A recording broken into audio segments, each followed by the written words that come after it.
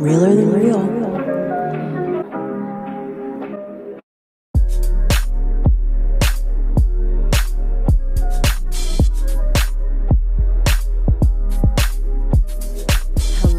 Hello everyone, and welcome back. That was terrible. I just kind of sprung into the singing. Let me try again. Hold on. I can give y'all something better because y'all heard me sing on here before, and y'all know I ate it up the first time. Hold on. Let me get warmed up. Let me take a little sip of water. Hold on.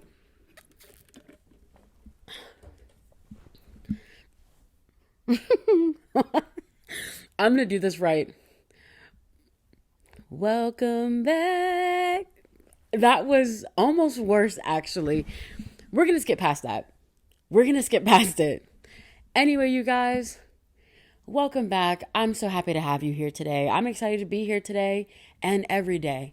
Hallelujah. I want to start with that because I know I didn't do that last week, but I also want to start with the intro. Which hold on now, because I'm forgetting how my intro goes. Embarrassing. Wait, hold on. I think I just go right into it, no?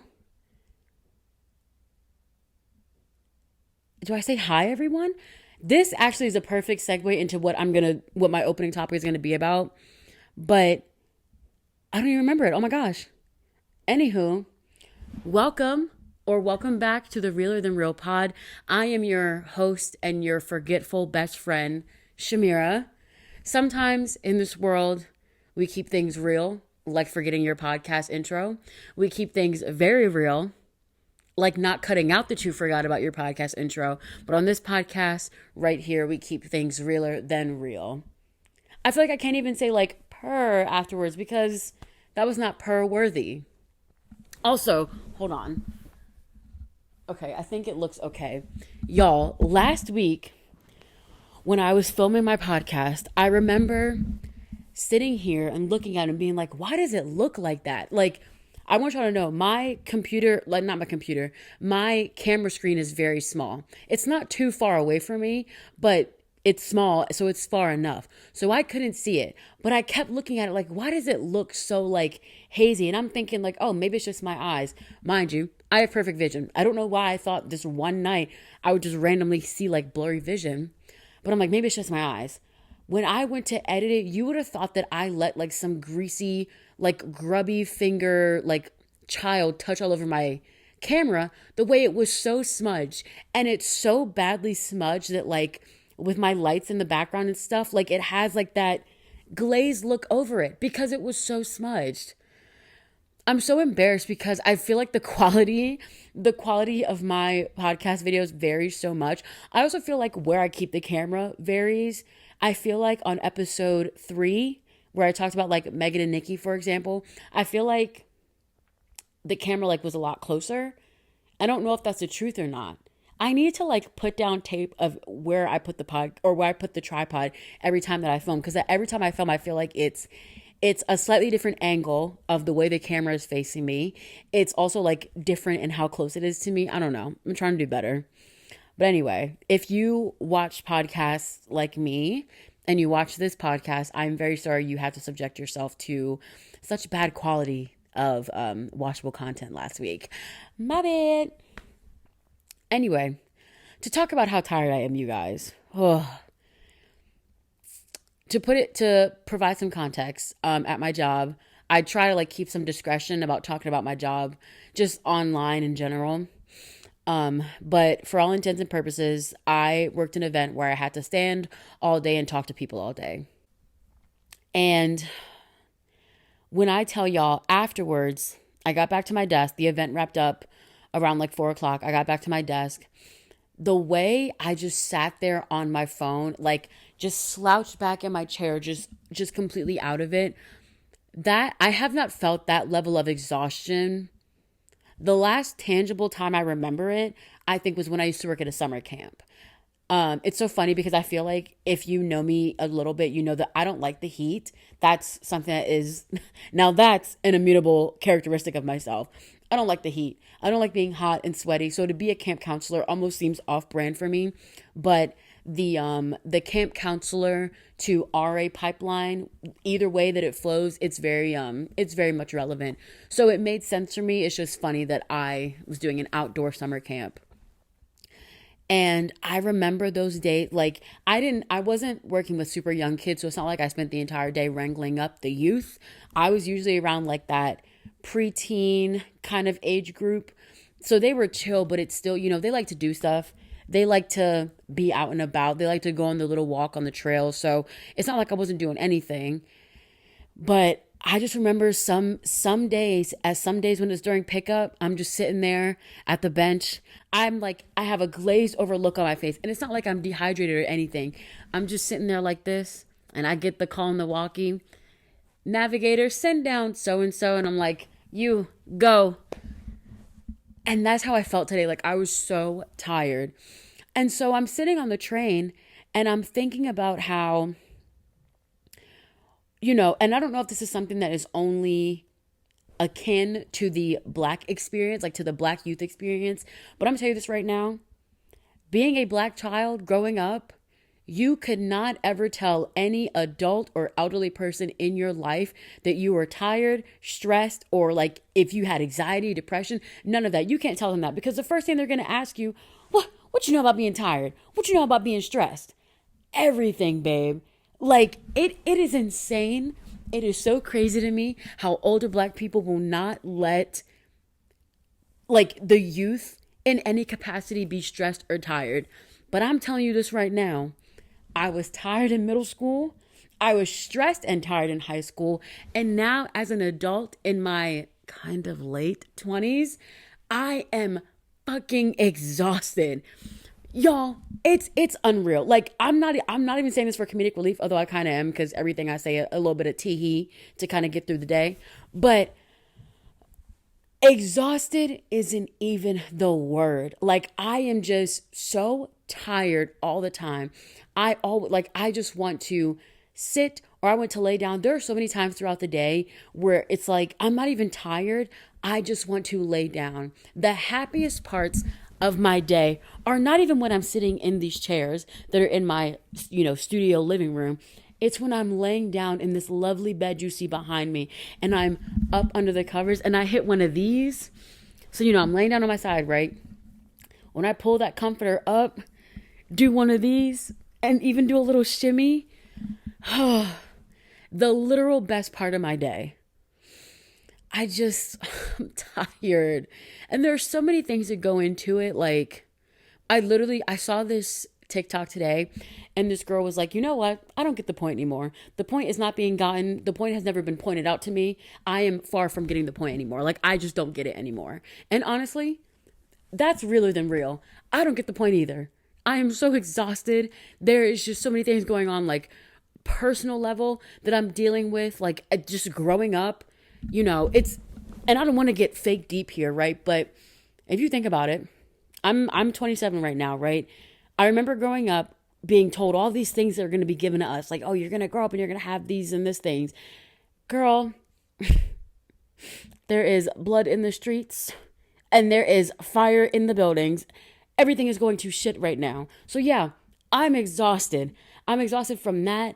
I'm exhausted from like smaller things. Every time I go on social media, there's another stupid conversation about who should pay first on dates. No. I'm exhausted from that. I'm just exhausted from dealing with my own thoughts all the time. Why am I always picking apart everything that everybody says? What's up with that?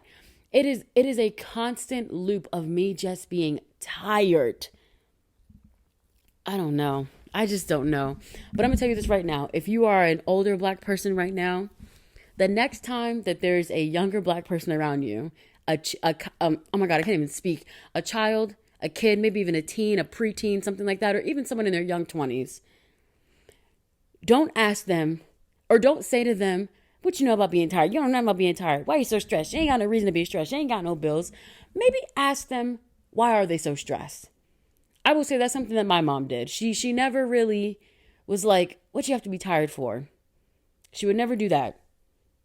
It wouldn't be like a Full House, like Bob Saget, like, tell me what's wrong, Deej, kind of moment. But she would at least ask, like, what's going on? But some of y'all, listen to these kids. When they say they're tired, when they say they're stressed, just hear them out. Because the nerve and the audacity and the gall of you to ask me why I'm tired and stressed. How much time do you have? Do you want to grab a pen and a pencil so you can write it down? I'm tired now just even thinking about it. Ugh, I need a sip of water.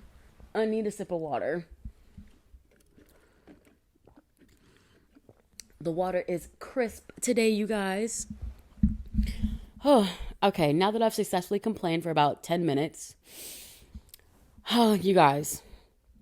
I want y'all to know. I mean, I'm sure as you all know, I keep my finger on the pulse when it comes to pop culture. I'm very much always tapped in to see what's going on. And there is a very new thing happening right now. Also, you guys, I don't know. Again, this is really only... You know what it is? I figured it out. I think I know why. This is very random, but like I also noticed last week that a lot of the times the lighting would like change as if I had it on like kind of like a pulse thing. I think I know what's going on, you guys. Hold on. I'm not close enough. And I think the last time I had like my chair closer. I think that's what it was. Is this better, you guys? You think this is better? This feels right. I don't feel like I need to be in the center more. Okay, this feels a little better. Because I remember, I think it was the episode that I was having my back spasms. I feel like I moved the chair up a little bit. Because I remember because I wanted to be closer to my coffee table to grab my drinks. It's all making sense now. It's all making sense. Okay. Because that was really bothering me. And it even still kind of looks like it's getting darker on my face. But I think it's fine. I'll maybe just have to change like my light settings. I don't know. Tons of things to play around with. So, of course, you know I post my podcast every Thursday night.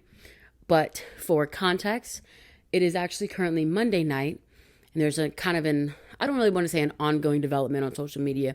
We'll see. It could keep going. It could develop into something further, because if Billie Eilish decides to respond, then that would be something. But the People's Choice Awards, or maybe it was the Critics' Choice. It was the Critics' Choice Awards. Just happened recently. I didn't know that.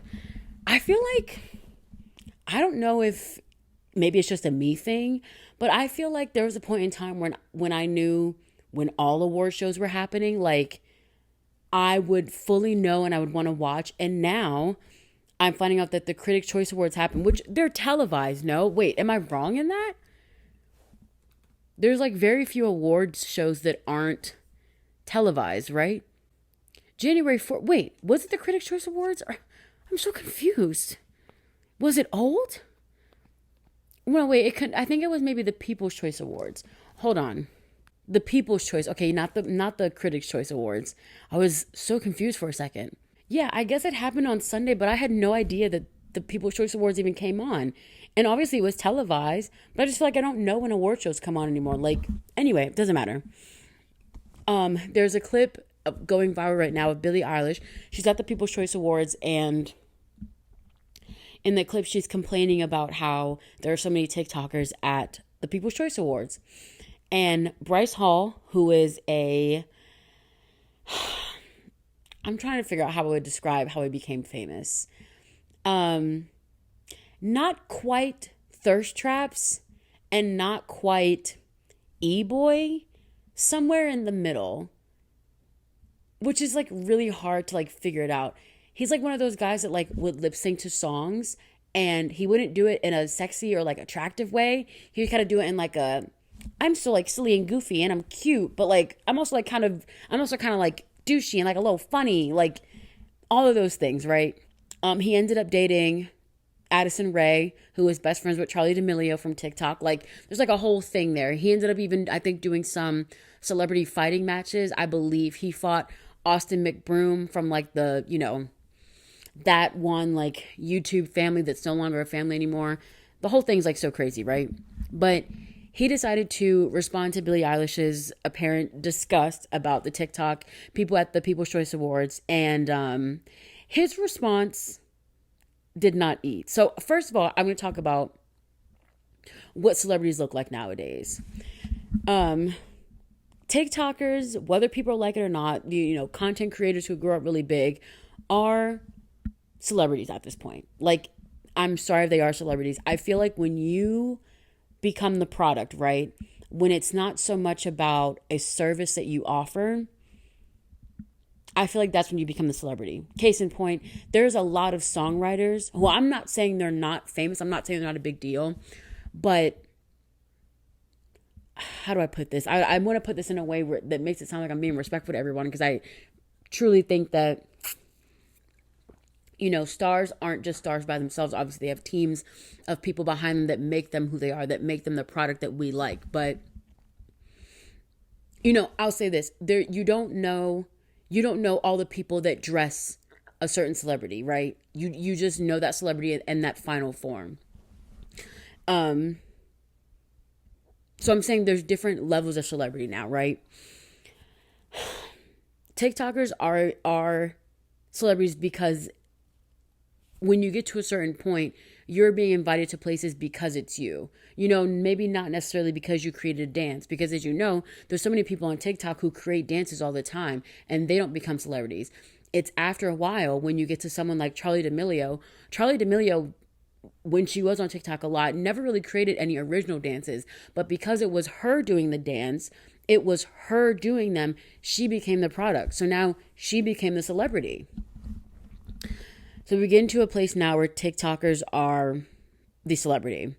I also feel like brands are looking at these TikTokers and they're being like, oh, you have a lot. Like, I'm not trying to say they're going to invite anyone, but basically if they see people that have like a decently large following, they get engagement, they're going to invite them out, because that is how brands are choosing to try and connect with people. Like, oh, this person has a lot of followers, and we notice that this age demographic doesn't really watch our award show. They don't really buy our products. They don't even like really check our website. Let's get this person that we know they'll follow. Let's get them over here to do that. That's marketing at its core, right? So they're a type of celebrity, right? And that's all fine and dandy, because I think that there is talent in being able to market yourself, right?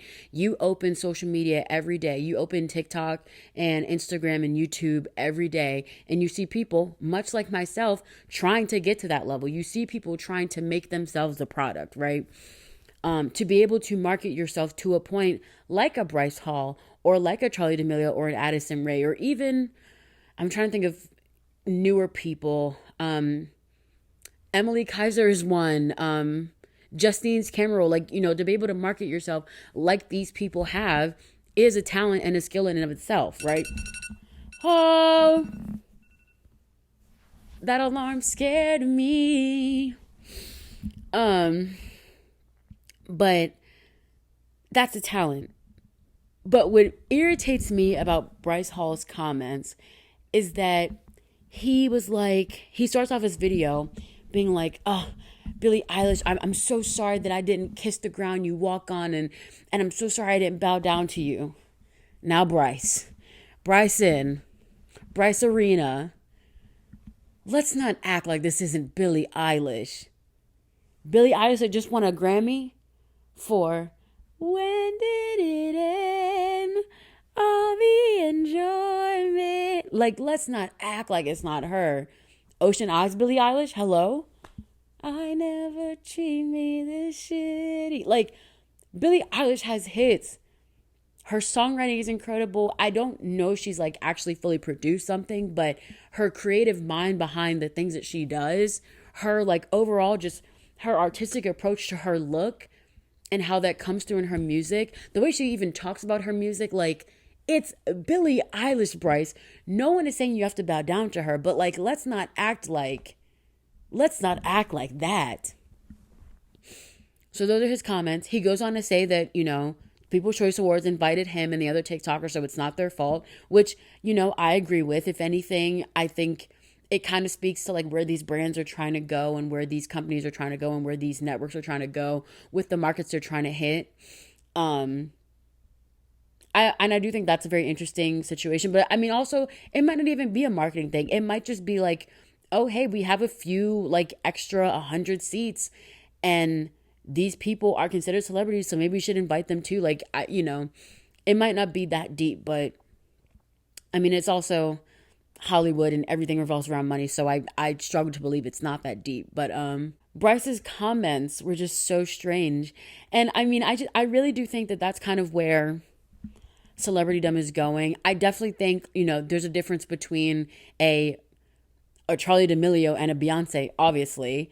But I do think that kind of celebrity is, the influencer being the new kind of a type of celebrity is kind of where we're going now. But I don't think that's a new thing, right? I truly, truly feel like the influencer type of celebrity has always been around. The like Hollywood starlets, those were like a type of influencer. Paris Hilton, Kim Kardashian, like the girls who were just kind of like around, they weren't necessarily on TV. Like I think of like Lala Vasquez. She was like a host on like, she did a lot of like VH1 and like MTV stuff. That's not quite Hollywood starlet because she had a job. She was booked and busy, right? But the Paris Hiltons and the Nicole Richies and the Kim Kardashians of the world, those are type of influencers. Kim, even before she started all of her branding, like before she started all of her companies, Skims and KKW makeup and all this stuff, before that, she was still like endorsing and like she would talk about other products on her Instagram story. This idea of this, not quite a celebrity because what do you do, but famous enough for us to recognize your face and know who you are, that kind of celebrity has always been around.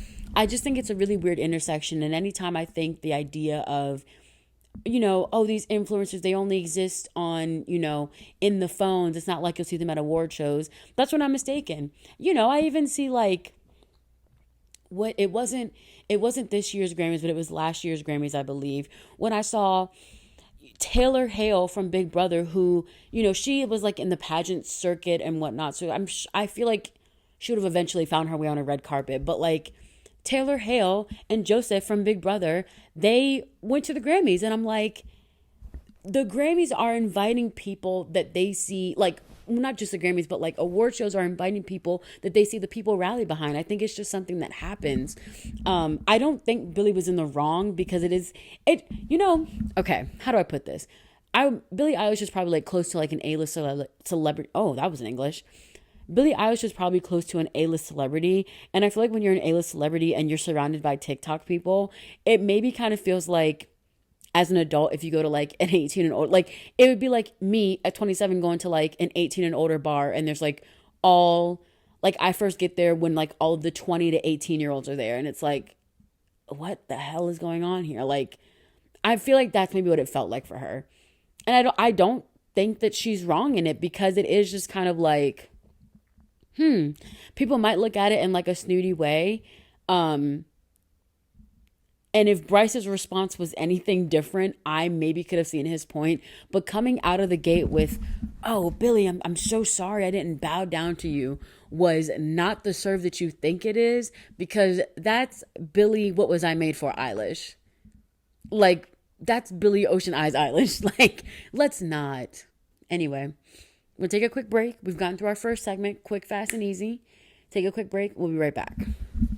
We're back. That was actually like a little break for me because I wanted to make sure that I had all my notes correct for our next segment. But before I get into that, same thing we did last week. We're doing actually, I don't remember what I called it last week, but we're going over what drinks I have with me. So, of course, the forever returner, my big pink Reduce tumbler full of ice cold water. You can actually hear the ice chunks in it.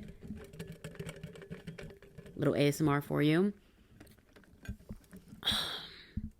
I drink a lot of water today because of the event that I was working, so I'm truly drinking this just for the feeling of like a nice cold beverage.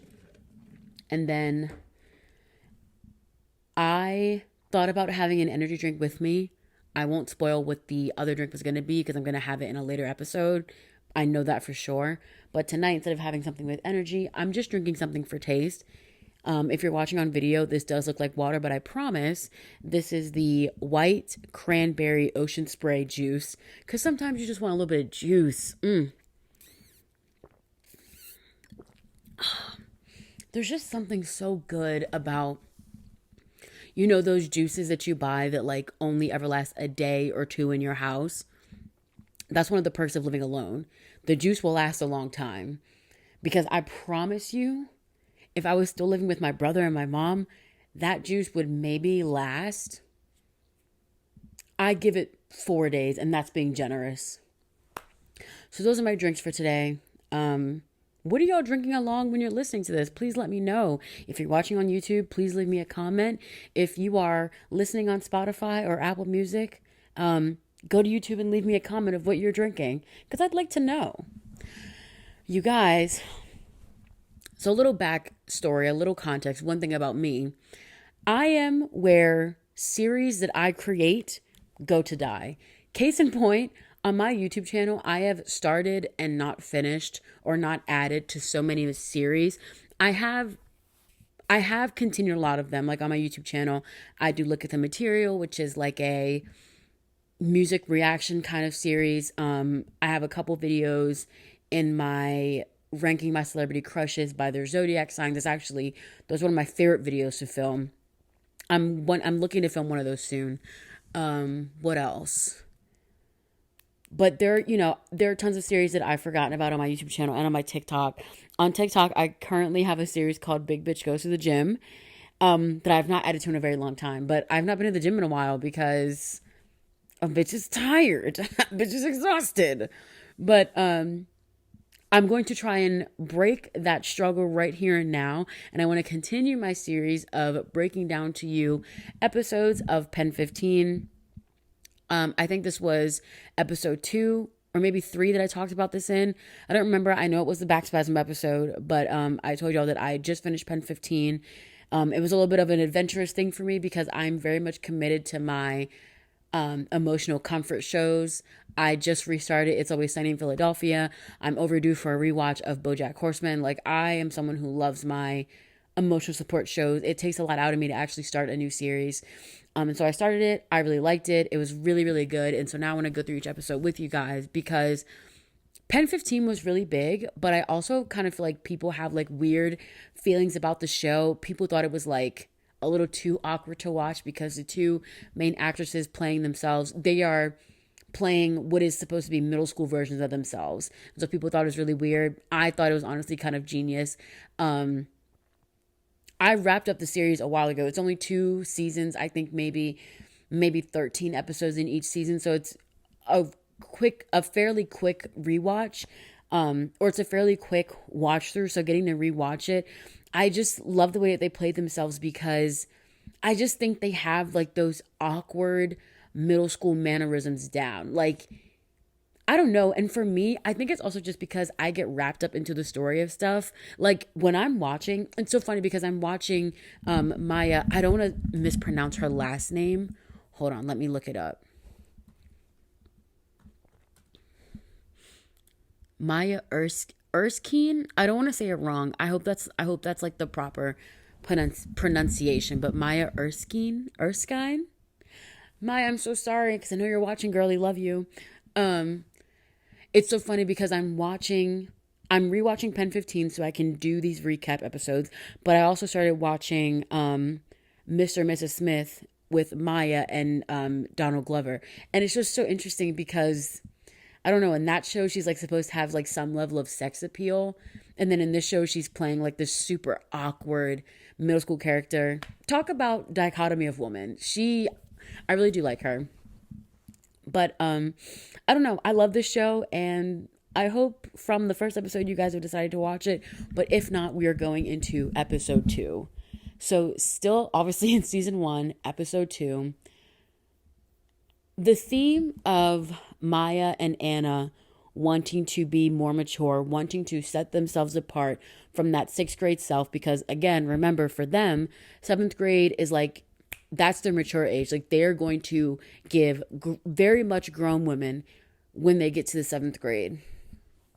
But funny enough, despite that, they still are doing some childish things. And the episode opens up with them playing a game called Sylvanian, which is where, I don't know, they're playing with these like puppet animal dolls. And it's so funny because you think like, oh, they're playing with dolls, they're doing like silly little scenarios, but like they're acting out these like really full, elaborate kind of like adult scenarios. And I think that that just really speaks to the idea of Maya and Anna are on some level not as, I guess, like not even socially advanced, because I think all of the characters in the show are awkward, but there's something about them, like them playing with dolls and creating these scenarios in and of itself is childish, and that kind of sets them apart from some of the girls in their class who are like talking about boys and stuff, and like, you know, they kind of have like that more of that it girl factor. But then when you listen to the scenarios that they're creating, and it's like they're doing these weird southern accents, and they're like, John, you can't keep leaving me with this babe. Like, it's this juxtaposition of, now come on now, big word, but it's this thing of they're playing make believe with these dolls, childish, but they have these like adult elaborate storylines going off, very mature.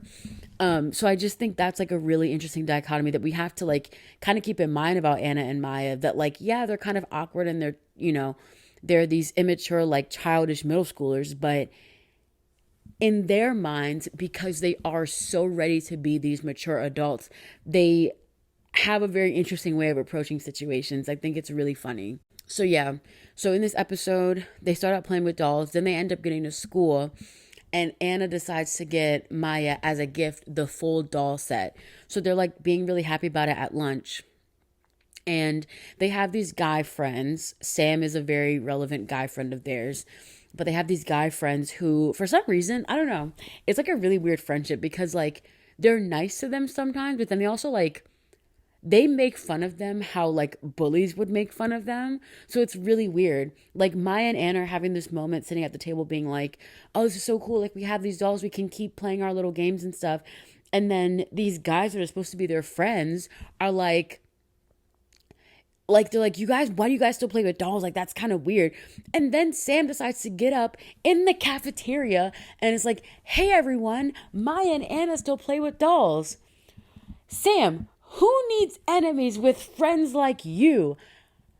That ain't no friend of mine. If my friend got up and decided to publicly embarrass me at middle school lunch, scrapping on sight, because what the hell is wrong with you?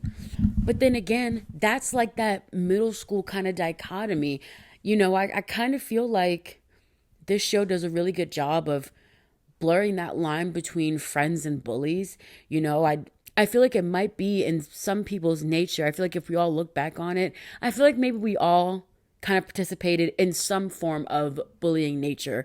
You might not have been like the bully, right? But kids are cool. Middle school kids are cool. And we were all middle school kids and we were all probably cruel. So I don't know. I think that they do a really good job of capturing that, you know, considered your friend kind of like, oh, we're supposed to be friends, but they're still going to talk about you behind your back because it's middle school and it's a big kind of like social game you have to play. So once Sam makes fun of them at lunch, Maya and Anna go to the bathroom to eat lunch in the bathroom. Very quintessential kind of like school depiction right there, going to eat lunch in the bathroom. They end up being in the stall at the same time as what I can assume are 8th grade girls or maybe 9th grade girls. These girls are definitely older than them. And they all go into a stall and they are about to smoke a cigarette. I believe it's a cigarette. It could be weed, but I'm pretty sure it's just a cigarette. They end up asking Maya and Anna for a lighter. They both kind of freak out. It's like, oh my God, I don't know what to say. They end up making up a lie. A janitor comes into the bathroom. The girls run out. They drop the cigarette. It rolls into the stall, or maybe in front of the stall that Maya and Anna are in. The janitor tells them to come out, and they're like, oh, that's not our cigarette. And the janitor's like, you know what? It's none of my business. She gives them the cigarette. So now they have this cigarette in their possession. After school, they're watching these girls that they saw in the bathroom. They like are listening to them interact with each other. And, you know, they're calling each other all types of names. This is like around the time where you would just like casually like call your friend like, shut up, biatch. Which, why don't we talk like that anymore?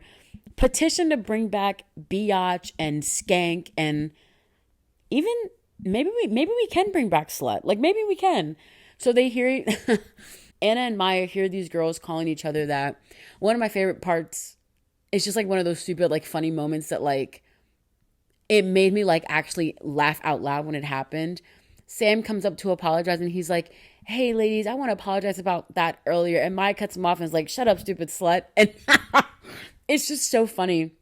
Maya, they both have such a way like with delivery of lines, but there's so many times in the series where Maya will say something that like needs to be said with some gusto, but she trails off. And trailing off in a sentence is so like just undeniably funny to me. So it's really funny when she does it. But yeah, so they kind of like are idolizing these girls. They end up leaving school. They go back to Anna's house, and Anna kind of wants to keep playing, with the dolls and whatnot, but Maya very much wants to do something more mature. Maya's making the dolls kind of like make out. And Anna's like, "Oh, like, hello, like we're trying to do this thing." And Maya and Anna start to play pretend, and Maya's like, they're like doing a couple, and Maya's like, "Okay, they just need to like make up now and like, get it over with." So Maya is now more than Anna trying to push this whole like mature kind of like theme. And that kind of carries throughout the show. Maya always wants to like be more sexually experienced. She wants to like experience these things more.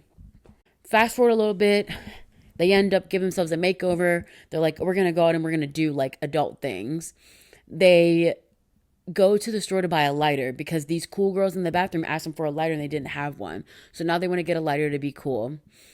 Another like funny moment in this show that's purely just based on delivery. Maya and Anna are at the like convenience store counter, and Maya's like, "How many lighters should I buy?" She's asking this guy like, "Is like 5 or 6 lighters normal for someone to buy?" And this like an old like rundown guy, he's like just looking at them. Anna turns around and looks down at this kid, and she's like, "You're here with your mom? We're here by ourselves, bitch." And she's like, "JK." And it's just, the delivery is so perfect. They buy the lighters. They end up walking around their neighborhood, and they end up finding the house of the like one of the girls from the bathroom earlier.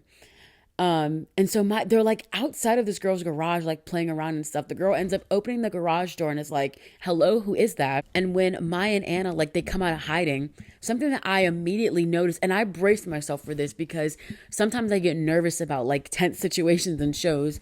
Y'all know I said this before. I was so surprised by like kind of how welcoming the girls were, because they're kind of painted as like these typical kind of like grungy alt kind of girls that would be kind of mean, but they're kind of welcoming. Granted, they're not the best type of company for Maya and Anna, but I like that trope in movies where like the dark kind of broody alternative girl is like kind of welcoming and like let you hang out with her. Granted, she doesn't really care about your safety because she's letting Maya and Anna, they end up drinking, and then Maya ends up doing whippets. We'll talk about that in a second. But yeah, I thought that was like a very interesting touch. But then you have the girls that are in the same grade as Maya and Anna being like these prissy kind of like, "Oh honey, you don't know what you just means. It means you're the ugliest girl in school." Like it's just such an interesting thing that they did there. But yeah, while they're there, Maya and Anna, they end up both having their first drink, and Maya ends up doing whippets. And how that all happens is very interesting because their whole thing is that they want to do everything together. If you remember in the first episode, they make it a point to take their first steps in the 7th grade together. So when they first get there, they're talking to the girls and they end up pulling out a beer.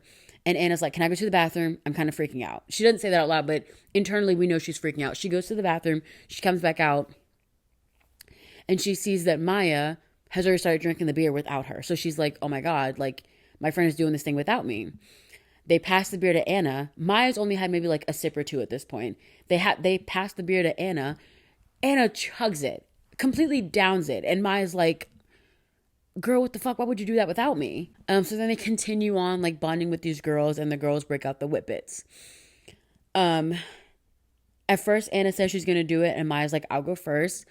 And Maya does it, and then she passes out. And when Maya wakes up, she's like, "Oh my God, how long were we all out for?" And the girls that they join, they're like, "Well, you were out for like 10 seconds. And Maya's like, "Oh my God, wait, nah." They call each other, instead of like Anna, she calls her nah. And instead of calling her Maya, she calls her Mai. And she's like, "Oh my God, nah, you didn't do it with me." And Anna's like, no, I got scared. And that like really upsets Maya because they're supposed to do everything together. And it's weird because they both feel each other pulling apart. It's not like one feels the person pulling apart more than the other, at least not at this particular moment. So I think that's very interesting. The whole reason that all the girls are over there is because they invite this brother group of like 5 brothers to come over so they can all make out. There's like a really funny moment here where I guess all of the brothers are around the same age except for one who is like very much like a lot younger than the other guys or than the other brothers. So the guys come over. They like, it's like all the guys in a line and all the girls in a line, and the guys pick girls like they're picking players for a dodgeball team. So they end up picking each other. Anna gets paired up with the youngest one. So in this girls' garage, all of the girls, they like find a place to go somewhere with their guy and make out. And Anna wants to go into the closet with Maya and her guy, but Maya's like, no, you can't come in here. We can't do everything together. Very much like, no, get out. We're not friends anymore right now at this point, because at this point, Maya is very hurt that Anna did not do this thing with her. They promised to do everything together. They promised never leave each other behind. And she's feeling really hurt. So she doesn't go in with her. And then what we see during this time is, Maya is now put in the position that she's kind of been recreating all episode. She has a chance to have this first kiss with this guy, which, is something that would set her maturity levels up, which is what, so far in the series, what we know, that's what she's chasing after. So she has this chance. She's been acting it out whenever they play pretend. So, she thinks she's ready, but my girl sells each time. The guy, like, first of all, it's like when they first get in there, Maya's like, are you going to do it? And the way she asked it feels like she's challenging him. And he's like, yeah. And they do this like awkward kind of like rocking back and forth, like almost like pecking at each other, trying to get a kiss. And she just keeps dodging him. And like, she wants to be goofy and stuff. And he's just like, I don't know what this is. Meanwhile, you cut to the other room that they're in, and Anna is like talking to this 5th grader being like, I just feel like I lost my best friend and it just like really sucks. And the kid's like, yeah, I know what you mean. I lost my grandmother. And Anna's like, yeah, so I think you know exactly how I feel right now. Just more subtle comedic relief kind of stuff. Eventually, one of the girls' moms ends up coming back. They bust up the party. Maya goes home. She's like not grounded, but her like mom's upset with her. Anna ends up going to Maya's house. They argue for a little bit and they get to the crux of their argument, which is just that, I don't want to do anything without you. I always want to be on the same level as you. We're like going to get through everything together. Again, what will always prevail is Anna and Maya's commitment to each other, not just as like girls going through something, but like these girls are really best friends. And we'll see many times throughout the series where they're pulling apart from each other because they're having those different maturing experiences, ones that they like are consenting to be in and ones that they're not. We'll see them kind of argue several times throughout the show. But again, one of the most relevant things is just that need to always be there for each other. I talked about in the first episode, it was kind of a spoiler alert, but like, when Anna's parents are arguing in front of them and Anna's like on the verge of tears and Maya just takes her and she runs. There's another spoiler. I don't want to spoil it because that's really good. But towards the end of the 2nd season, I believe in that last episode, actually, I'll hold it. I'm not going to talk about that one just yet, but they really do care for each other, and it's just really nice. It's really nice to see it. I really enjoy it. So that's episode 2. It's a blast. I love this series the first time, so getting to rewatch it is great. I am trying to get my boyfriend to rewatch it. That kind of comedy style is not his taste at all, but it's one of those things where like, even if this show is unlike anything you would have ever watched, I feel like there's something in it that everyone can appreciate. Whether it's the comedy style, whether it's the coming of age story, whether it's the different type of like the the artistic choices, like why did Maya and Anna want to play themselves? Like why did Maya want to include her real mom into this? Like I don't know, there's just it's so interesting to me. I'm just so wrapped up into it. But again, I will say this with a grain of salt. I need to put this out there. I am someone who enjoys things. Very rarely will I like not like something. I'm always going to enjoy, just sometimes you just got to enjoy life, and that's what I want to do. I want to enjoy life with you, and I want you to enjoy life as well. All right, we're going to take a quick little break, and we will be right back. Okay, you guys, we're back.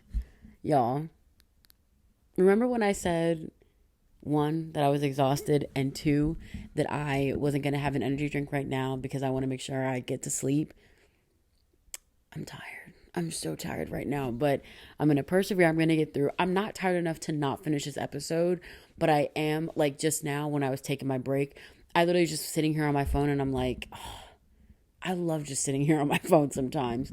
But anyway, before we get into this last segment, I want y'all to listen to something real quick. And I really hope this part doesn't get copyrighted. It shouldn't, but let's just see what happens. But this morning on my For You page, someone just like posted the clip of Beyonce's opener, Dangerously in Love from the Renaissance movie. I think the fact that we are almost done with February and this lady, the horse lady, has not given us the live album or even the movie on streaming. I want the live album more because once I have that in my hands, I will be in this apartment every day. I will know all of the movements and the ad-libs of the live performances. I already really do. If I'm being honest, I already really do. But I'm just sitting in here and I'm like, we really don't have the live album yet. Give me, please. You don't understand how bad I need it. Cozy on the album is fine, right? But it's the fact that I don't have that, girlfriend, what's up? How you doing? I need that here with me now. It's the fact that Cozy on the album is nice. It sounds fine. But Cozy live has this big Hollywood production behind it. I need that. But I think more than anything, I need the live version of Dangerously in Love like I need water. I'm going to play for y'all this cover of it because I know I can't play the original version. I'm just telling y'all right now. And the girl in this video, she sounds on like, the comments when someone's like if someone looks like a celebrity, they'll be like, close enough, do the whatever. This girl sounds literally just like Beyonce. All right, we're going to listen. We're going to listen together.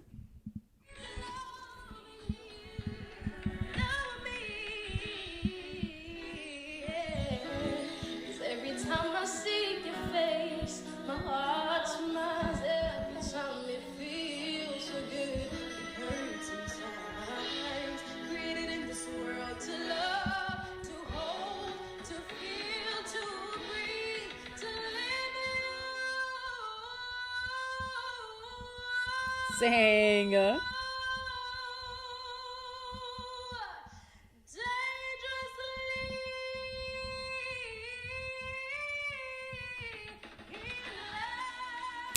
Sing.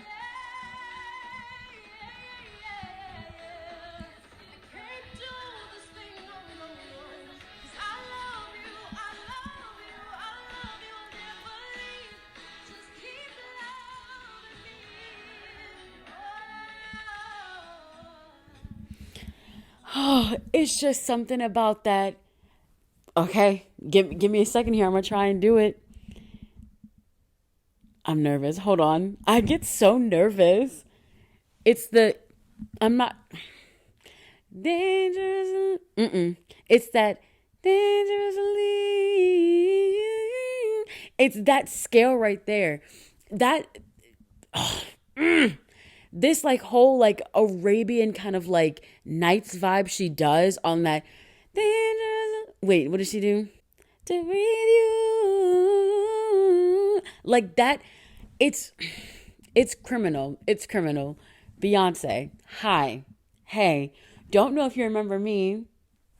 Parkwood did use one of my TikToks to like promote the movie. So like, hey, hi.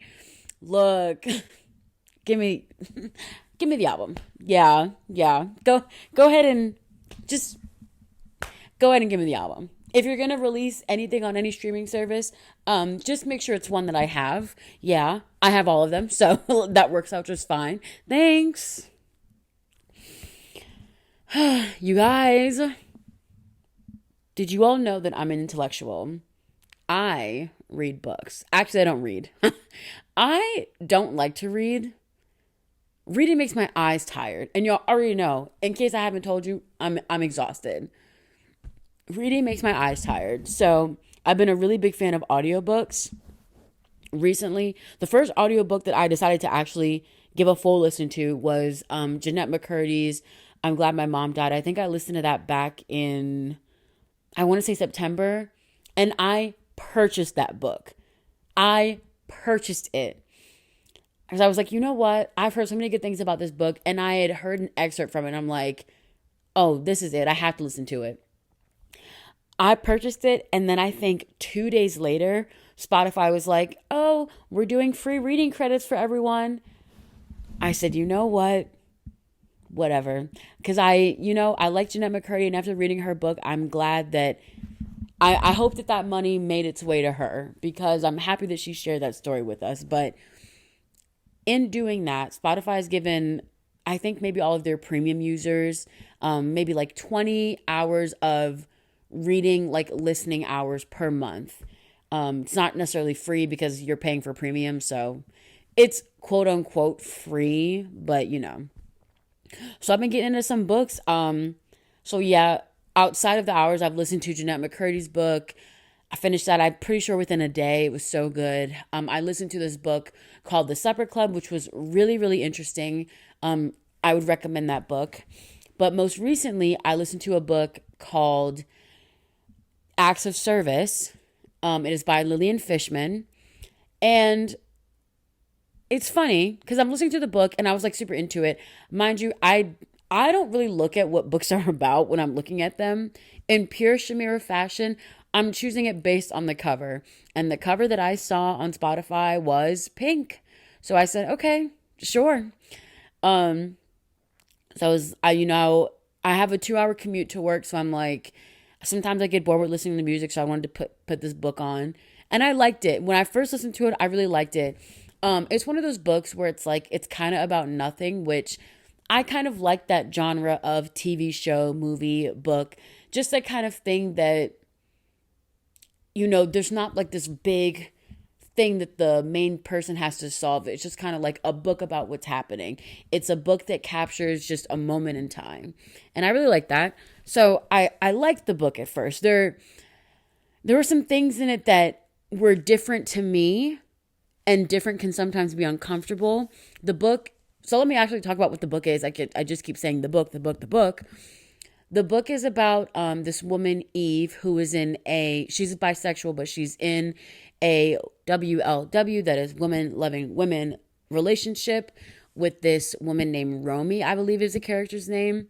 And I think in the relationship, Eve feels kind of like not restricted. She just maybe doesn't feel appreciated enough, because the book opens up with Eve kind of talking about what she feels like her body is made for. She feels like her body is made for sex. She talks about it a lot more graphically in the book, and I did not mentally prepare myself to talk about this in this episode. I'm just going to say, hey, trigger warning right now. I don't know. I'm going to be talking about like some sexually explicit topics, and if that makes you uncomfortable, just want to put that out there. Not anything aggressive, just a little more sexually explicit. She specifically uses the phrase, it's so funny because I low-key like curse like a sailor, but when it comes to like saying things on camera, I'm like, wait, I don't know if I can say it. And I think it's because I know I have like family members listening, so let's just do it. Let's just put it out there. In the book, she says, yeah, my body's made to be, wait, hold on, I'm gonna say it. Yeah, my body's made to be fucked. Like, that's her whole thing. It's not just like she enjoys having sex. Her body, she feels like, is for that specific purpose. And that idea is a little bit nuanced to me. I'm not someone who's particularly, I don't know how I'm going to talk about this actually. I'm not really someone who's, I think we should talk about sex more, take away the taboo of certain things that most people will engage in, right? No, you maybe shouldn't talk about it with your priest. I don't think so. But, amongst friends, it shouldn't be this hush hush covert thing where you use like different code names. Like, let's just be open and honest about our sexual experiences. I think especially as women, so many of the things that we have to do every day in our lives or things that we enjoy can often be so taboo for no reason, when it's like, if you just talk about these things within these spaces, you'll find it's not that irregular. Like, there's nothing more I love than when girls get together and we just talk about like different things that happen on our period, because I feel like there's a point in time where you're taught to like, oh, never talk about it, and if someone sees your pad or your tampon, that's so embarrassing. No, it's literally not. I'm a grown woman and the body is doing what it does. Yeah, I carry a pad with me, and what about it? But anyway, that's not what this book is about. But I'm saying all that to say that I'm not someone who is typically going to shy away from these sexual conversations, but the reason I chose this book is because I wanted to know what all the big hubbub was about. I'm typically someone who is very like down the middle when it comes to this kind of stuff. So I wanted to read this book to maybe just learn a little bit more, like a real intellect does, like a mother intellect does. This book, in most reviews, you'll find the word subversive. This is a subversive take on sex and things like that. And I'm like, okay, and I'll be honest here, we're being realer than real. I had to look up what that word meant. So I'm like, okay, now that I know. When I was reading the book, I was like, oh, I ended up actually telling one of my friends that I liked the book and I recommend that book to them. I liked it because at the point where I told her about it, I was like, I like it. I feel like I'm waiting for this big moment to happen. Oh, I didn't even finish talking about what the book was about. Okay, let me run it back. So this girl, Evie, she's in this relationship. She doesn't feel appreciated. She doesn't feel like her body's purpose is being met. So she takes nudes on her phone and she ends up posting them online to this, I don't know, forum of some sorts. And this woman contacts her. And she's like, okay, I'll just go meet her. And then it ends up being a woman and a man that she meets, and they basically want her to be involved in their throuple. And throughout the book, Evie is kind of learning about sexual exploration, kind of being involved in like this polyamorous sexual relationship thing. It's all very interesting. And I think at first I was interested in it because it was like when I was reading it, I was like, oh, I'm enjoying this. There are some parts that make me uncomfortable. And I wondered if that uncomfortableness came from just like how I approach sex and how I look at sex. I'm like, am I uncomfortable because I'm maybe not sheltered? Vanilla is probably the word I'd use to describe it. But am I uncomfortable because this is just not something that I would be like, this is not something that's in my purview. This is not my kind of circus. Am I uncomfortable because of that, or am I uncomfortable because of what it actually is? And so I kept pushing through. I thought the writing was fine, but for me, what really ended up being a problem is like when I took a step back, because I knew I wanted to talk about this book on here. I got like halfway through and I'm like, I want to talk about this on the pod because I think it'd be really interesting. But then once I ended it, I was like, I don't really liking how the book ended up. So the other characters in this story, so the girl that ends up reaching out to our main character, Eve, is this girl named Olivia. Olivia's very timid, very quiet. She's like very polite. That's one of the things that Eve comments on right when she meets her. And I don't know if it's like an internal monologue that like only the reader is supposed to know, or if she actually ends up saying this to the girl Olivia. But like Olivia says something like, I don't know, she might say something like a thank you, or she just like shows like an extra amount of manners. And Eve compliments her on that. She's like, oh, you're so polite. And Olivia's kind of like taken aback by it. So Olivia's very shy. She is very awkward about being like praised in any kind of situation. And then we meet this guy, Nathan. I have never hated a character in a book so much. He is just, oh, y'all, he makes my fucking skin crawl, and I mean it. It's something about him, the way that he talks in this book. I don't know if he's supposed to be characterized this way, especially, hold on, let me gather it, let me find it, because I know, let me look at my notes, because I know I'm gonna get I'm gonna get all over the place. Nathan, I don't like his character because, and I'll talk about this in a little bit, the whole book is about sexual exploration. My take on this, and again, my take on this comes from how I approach sex. I feel like, how can you be... Nathan's whole thing is that he pushes people to their limits, you know. But to me, what Nathan seems to do, his pushing of the sexual boundaries is completely self-serving. That's what it gives to me. And his whole approach is always like, it's always kind of like an after the fact. Oh, you wanted this, didn't you? You liked that, didn't you? And I don't like that about him. I don't like men like that in real life. Thankfully, I've not encountered too many men like that. But when you meet someone like that, it makes your skin crawl. But that, again, could be different because that is how I know that that's some people's things. And I can't judge someone for that, because if that's your thing and that's how you talk. But you know, I need to rearrange myself really quick, because you know what actually pisses me off about Nathan? There's a point in the book where I forget the actual context of the conversation, but Eve is asking people, like, Eve is asking him if he, no. Nathan is talking about another girl that they were like trying to do this throuple thing with. And he's like, oh, she's so annoying because she asked about safe words and stuff, which, oh yeah, this character got under my skin, because, and again, I'm going to keep saying this, my frame of reference is very different when, like, the way that this character approaches their sexual relationship is very different from how I approach mine. And so when something like asking about safety words and how do you know if you're going too far irritates him, that's how I know I don't like him. Because even if I don't engage in that kind of activity, at the very least, I would think that having a safe word would be okay. And the fact that that triggers him, oh, I don't like him. I don't like that about him. So those are the main characters in the story. The only character that I could really, at the end of it, get a really vibe with was Eve's roommate. Oh, I forget her name. I want to say her name was Fatima, but I feel like I'm wrong. I forget her character's name. And I feel so bad because that was the only character that I could really get along with. But this character, her roommate, is kind of like this voice of reason. And she asks Eve the questions that Eve doesn't want to answer for herself. And you know what really gets me? And this is kind of the crux I want to talk about. I feel like the reason that I ended up not living for this book so much is because of the approaches in which the character wants to dismantle patriarchy.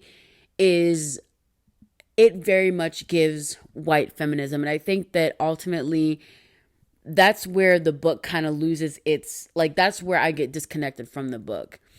So I just listed some reasons as to why the book ended up not sitting well with me after I sat with it after a few days. Again, going back to what I said earlier, a lot of the words seen to describe the book were subversive. And I'm coming out the gate with this one. And this is going to sound, I'm really not trying to be problematic here, but this is just what I'm thinking. If subversive means to just kind of go outside of the norms, kind of like go under kind of ideas that are established, especially in terms of this book when we talk about sexual orientation, things of that nature. What is subversive ultimately in the end about a woman submitting to these heteronormative gender roles?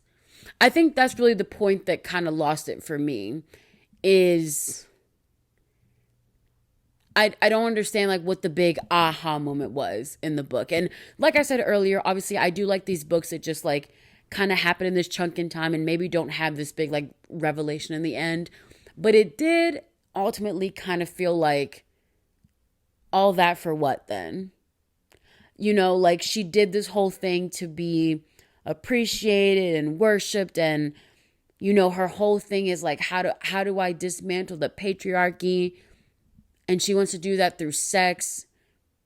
And then she just ends up being a girl that has sex with a guy.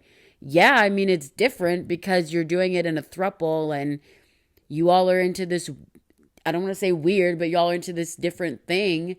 But if you're dismantling of whatever system, or if your subversion of whatever existing institution only exists within this little group that you have, then what's it giving, babe?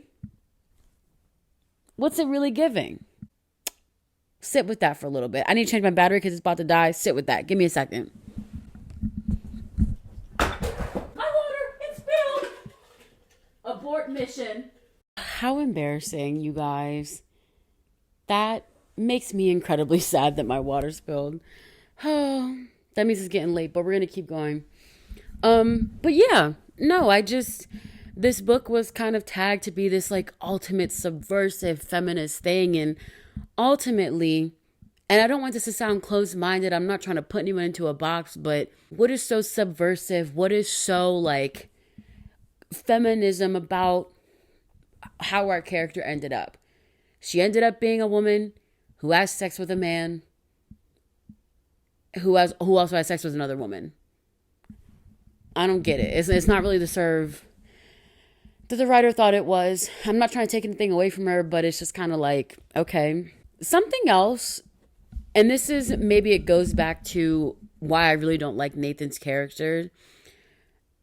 None of the characters involved in this throuple seem to be happy about it. Actually, no, I take that back.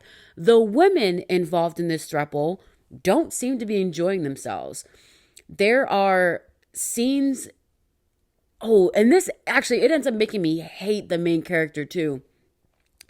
Because she'll have moments like where she admits to us, the reader, she's like, I'm so jealous of the bond that Olivia and Nathan have because I'll never be that. And oh, y'all, this is also the thing, is that not only is she jealous of them, she like openly looks for opportunities to like wiggle her way in between them, even though she's like being invited in, but she looks for ways to like get in between them and she tries to find ways to upset Olivia, and she's almost upset that Olivia doesn't pay her any mind because Olivia is so wrapped up in Nathan, she don't give a damn about Eve, but Eve is Pressica Simpson over her.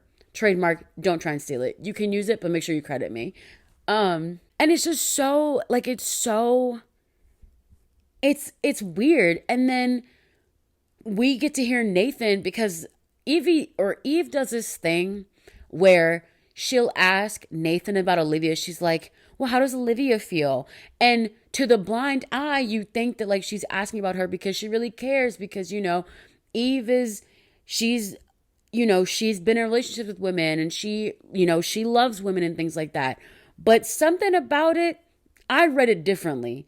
It gave very much like, oh, you and your girlfriend are cute. It gave very much that. Because I don't know. It might be something like where y'all have to listen to the book to understand it. But the reason I think this is because she just previously, it's like in chapter 4, if you're sitting up here being like, oh, I'm so jealous of what they have. And I wish Nathan looked at me like that. And Olivia, all these things about her. And then in the next chapter, you're like, so how does Olivia feel about all this? Girl, it's giving jealousy. But even then, none of the characters seem happy except for Nathan. Eve is constantly asking about how Olivia feels. She's constantly feeling like she has to like compete for Nathan's attention. And there's at one point in the book, Olivia, mind you, she this whole time has been very quiet, very meek, very mild. She has this outburst towards Eve because Eve keeps trying to like push up on her and be like, I want to be your friend. Why don't you want to be my friend? And Eve is like, girl, back up. Like what I do outside of this little throuple thing has nothing to do with you. Mind your business and back up. Meanwhile, Nathan really just has these two women on, like, He's playing them like puppets. And I don't like that for them. Y'all letting this man run y'all around. Eve is over here creating fake beef with Olivia. Olivia is about to... Oh, and there's just like some really graphic sexual scenes that I'm not even going to lie. They're definitely all meant to be consensual, but like they don't read that way. And I don't know, like there's actually some scenes I'm like not comfortable talking about on here, but I don't know. It just seems like the only character that's ultimately actually happy is Nathan. And again, it brings me back to my first point. What is so subversive about this then?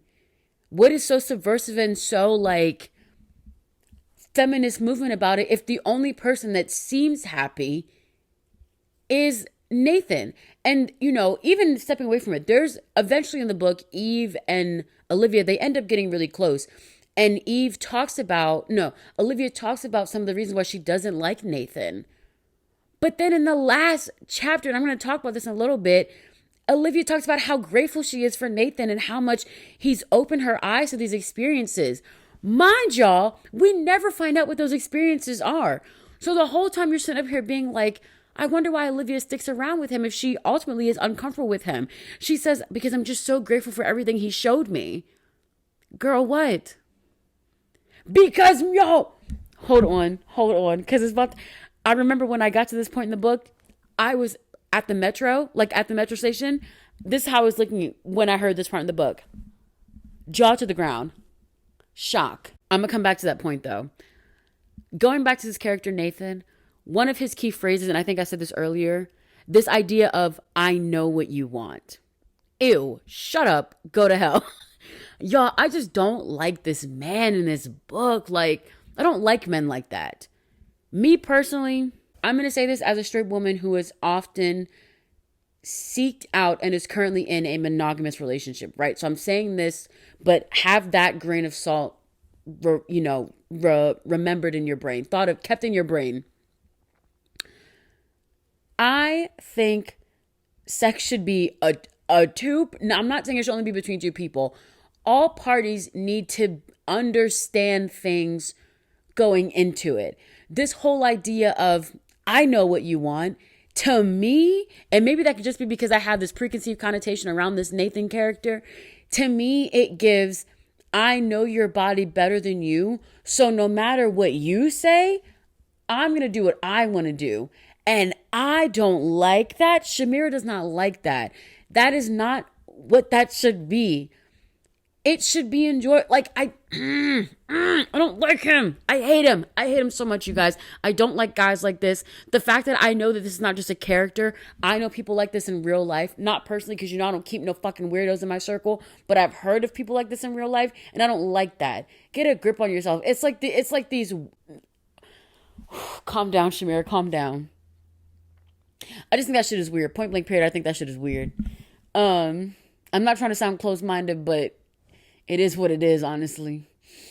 For a book that's about queerness and womanhood, it was centered around this man, ultimately, which is the most straight thing that you can do. Like, it left little to be desired in terms of that. If we're talking about like sexual exploration, sure. But even then, I feel like, why have a character be bisexual? Why have another character, she doesn't really put labels on it.